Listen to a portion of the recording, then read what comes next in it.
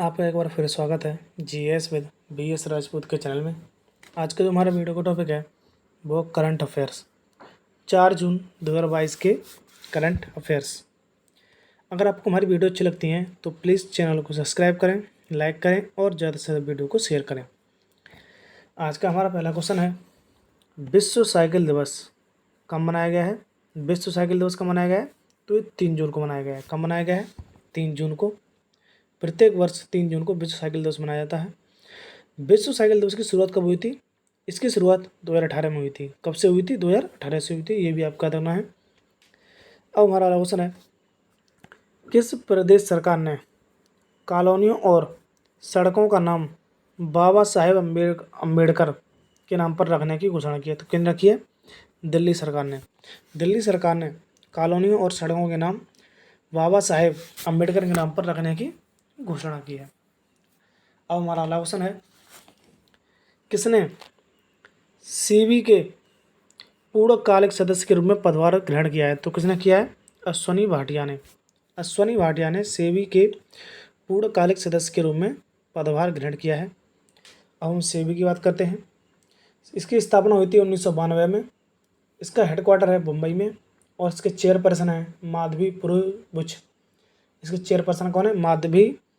माधुरीपुरी बुच है। ये आपको याद रखना है। अब हमारा अगला क्वेश्चन है, टाइटन रागा का नया ब्रांड एम्बेसडर कौन बनी है? तो कौन बनी है? आलिया भट्ट। आलिया भट्ट टाटा रागा का ब्रांड एम्बेसडर बनी है। ये टाइटन तो आपको पता ही है, घड़ी की कंपनी है और ये रागा इसका मतलब ब्रांड है जो कि मतलब लड़कियों के लिए होता है। तो इसकी ब्रांड एम्बेसडर कौन बनी है? आलिया भट्ट बनी है। ये आपको याद रखना है। अब हमारा अगला क्वेश्चन है, भजन सोपारी का निधन हुआ है। वे कौन थे? तो ये संतूर वादक थे। कौन थे ये एक संतूर वादक थे। ये आपको याद रखना है। अब हमारा अगला क्वेश्चन है, अखिल भारतीय आयुर्वेद महासम्मेलन के 59वें महाअधिवेशन का उद्घाटन किसने किया है? तो किसने किया है? राष्ट्रपति रामनाथ कोविंद ने किया है। ये राष्ट्रपति हैं हमारे रामनाथ कोविंद। इन्होंने अखिल भारतीय आयुर्वेद महासम्मेलन का 59वें महाअधिवेशन का उद्घाटन किया है। ये आपको याद रखना है। अब हमारा अगला क्वेश्चन है, कौन 20वें वर्ष के लिए यूनिकेफ के सद्भावना राजदूत के रूप में बने रहेंगे? तो कौन बने रहेंगे? सचिन तेंदुलकर। सचिन तेंदुलकर 20वें वर्ष के लिए भी यूनिकेफ के सद्भावना के राजदूत के रूप में बने रहेंगे। अब यूनिकेफ की बात करते हैं। तो इसकी स्थापना हुई थी, यूनिकेफ की स्थापना कब हुई थी? इसकी स्थापना हुई थी 1946 में और इसका हेडक्वार्टर कहाँ पर है? न्यूयॉर्क में है। और इसके प्रमुख कौन है? Catherine Russell. इसके प्रमुख कौन है? कैथरीन रसेल हैं। और इसके कितने सदस्य देश हैं? 191 यूनिकेफ के सदस्य देश हैं। ये आपको याद रखना है। अब हमारा अगला क्वेश्चन है, किस राज्य सरकार ने जाति आधारित गणना नाम से जाति आधारित जनगणना कराने का निर्णय लिया है? तो किसने लिया है? बिहार सरकार ने। बिहार सरकार ने जाति आधारित गणना नाम से होगी, जाति के आधार पर होगी। ये किससे कराने का निर्णय लिया है? तो ये बिहार ने लिया है। अब ये बिहार ने लिया है तो हम बात करते हैं बिहार की। बिहार की राजधानी है पटना। यहाँ के मुख्यमंत्री नीतीश कुमार और यहाँ के राज्यपाल हैं फागू चौहान। बिहार के राज्यपाल कौन है? फागू चौहान है। अब हमारा अगला क्वेश्चन है, किसने राष्ट्रव्यापी fit India freedom rider cycle rally का शुभारंभ किया है? तो किसने किया है? केंद्रीय युवा मामलों के मंत्री और खेल मंत्री अनुराग ठाकुर ने किया है। ये आपका करना है। ये कौन है प्रेजेंट टाइम पे? ये खेल मंत्री हैं और युवा मामलों के मंत्री भी हैं।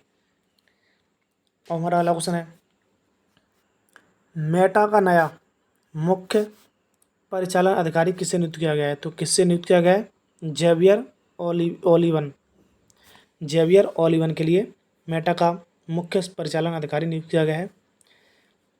ये फेसबुक की एक कंपनी है जी, मतलब अब पता है कि फेसबुक भी अब मेटा हो गया है और व्हाट्सएप पे भी मेटा लिख के आता है। तो इसके मुख्य परिचालन अधिकारी कौन बने हैं? जेवियर ओलिवन बने हैं। ये आपको रखना है।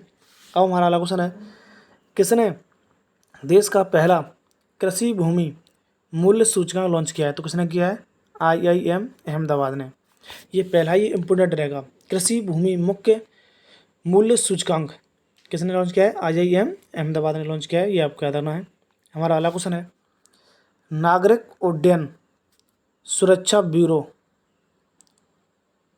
नागरिक उड्डयन सुरक्षा ब्यूरो का नया महानिदेशक किसे नियुक्त किया गया है? तो किससे नियुक्त किया गया है?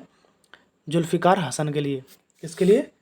जुल्फ़िकार हसन के लिए नागरिक उड्डयन सुरक्षा ब्यूरो का नया महानिदेशक नियुक्त किया गया है। ये आपको याद रखना है। अब हमारा अगला क्वेश्चन है, किसने तुर्की के नाम को तुर्की में बदलने की मंजूरी दी है? तो किसने दी है? UN ने, यानी संयुक्त राष्ट्र ने। संयुक्त राष्ट्र में मंजूरी दे दी गई है कि तुर्की का नाम तुर्की कर दिया जाए। अब UN को क्या दी है? तो हम बात करते हैं UN की। इसकी स्थापना हुई थी 1945 में और इसका हेडक्वार्टर है न्यूयॉर्क में और इसके प्रमुख हैं एंटोनियो गुटेरेस। UNO के प्रमुख कौन है? एंटोनियो गुटेरेस हैं। और इसके सदस्य देश कितने हैं? 193। 193 इसके सदस्य देश हैं। अब हमारा अगला क्वेश्चन है, भारत का पहला लिक्विड मिरर टेलीस्कोप कहाँ शुरू हुआ है? तो ये उत्तराखंड में शुरू हुआ है। भारत का पहला लिक्विड मिरर टेलीस्कोप कहाँ शुरू हुआ है? ये उत्तराखंड में हुआ है। तो हम बात करते हैं उत्तराखंड की। उत्तराखंड की स्थापना हुई थी देहरादून में। यहाँ के मुख्यमंत्री हैं पुष्कर सिंह धामी और यहाँ के राज्यपाल हैं लेफ्टिनेंट जनरल गुरमीत सिंह। उत्तराखंड के राज्यपाल कौन है? लेफ्टिनेंट जनरल गुरमीत सिंह है। ये आपको याद रखना है। अब हमारा अगला क्वेश्चन है, अमित शाह, ये कौन है हमारे प्रेजेंट टाइम पे? ये गृह मंत्री हैं। गृह मंत्री अमित शाह ने कहाँ ओलंपिक स्तर के खेल परिसर की आधारशिला रखी है? तो कहाँ पर रखी है? अहमदाबाद में। गृह मंत्री अमित शाह ने अहमदाबाद में ओलंपिक स्तर के खेल परिसर की आधारशिला रखी है। ये आपको याद रखना है। आपको एक पहले करंट में आया था, एक मॉडर्न सवाल भी है ये कि 2036 का ओलंपिक खेल कहाँ पर होंगे? तो ये 2000 भारत में। भारत कहाँ पर होंगे? ये भारत में होंगे। ये आपको याद रखना है। 2036 के ओलंपिक खेल 2000 भारत में होंगे और ये मतलब भारतीय ओलंपिक समिति ने इसकी घोषणा की थी। ये आपको याद रखना है। आज की वीडियो यहीं पर ख़त्म होती है। अगर आपको हमारी वीडियो अच्छी लगती है तो प्लीज़ चैनल को सब्सक्राइब करें, लाइक करें और ज़्यादा से ज़्यादा वीडियो को शेयर करें। धन्यवाद।